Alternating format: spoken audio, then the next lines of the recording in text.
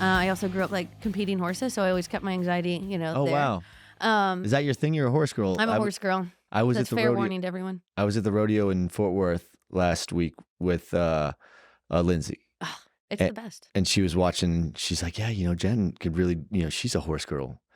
And I'm like, I don't even know what that means. I didn't know they had those in Ohio. So. Yeah. So it's actually a really big thing in Ohio. One of the largest equine facilities for competing's there. Really? They have one there, and then they have one down in Ocala. It's actually the R&R carriers. So they own that Robbie Roberts. So what kind of riding do you do?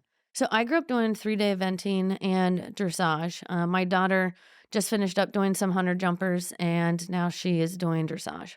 Okay, so can I ask a stupid question? No Is that Western saddle or is that? No, English. Okay. Yeah.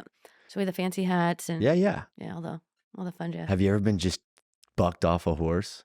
Way too many times. Actually, when I was in high school, I actually had a horse do a rotational fall fox hunting, and actually broke a vertebrae in my back. No kidding. A little crazy. And you still ride those things? Still do. See, like that's why I said it's like a red flag with horse people, because like that's just insanity, right? So were you born and raised on a ranch? I was not. Grew up in a subdivision, but we kept our horses, at a local barn. And my mom rode once. Like we handed down the pony to her, and my sister rode. So my dad will never retire, technically. Were you an athlete though? Did you? Yeah, or did you? I did soccer. Not, okay. But then I competed in the horses. Like for high school. From what age did you start? I started when I was 7 riding, and actually competed across the U.S. No kidding. Yeah. Were you good? Yes. I mean, it depends, right? Like we did pretty well. If you're a winner, you're a winner, Yeah. right? So we did really well. I mean, we were not like Olympic level or anything close to that, but we did well in the shows that we competed in. What do you think you learned? What's the stuff that you learned the most Grit. in that?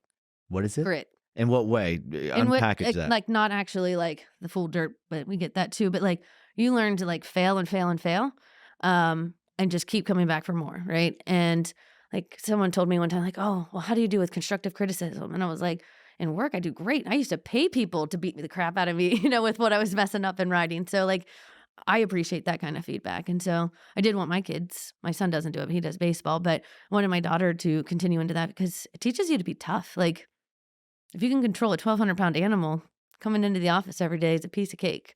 Does it teach you patience too? Absolutely. Yeah. Because that's probably, grit seems like you have to have some courage and, but I have to imagine understanding that you're not in charge of that animal sometimes has to really force you. That's probably another reason why I've definitely ridden horses a lot, but I've never really enjoyed it because of the lack of ultimate control you have over such a massive thing that could kill you. Right? Yeah, absolutely.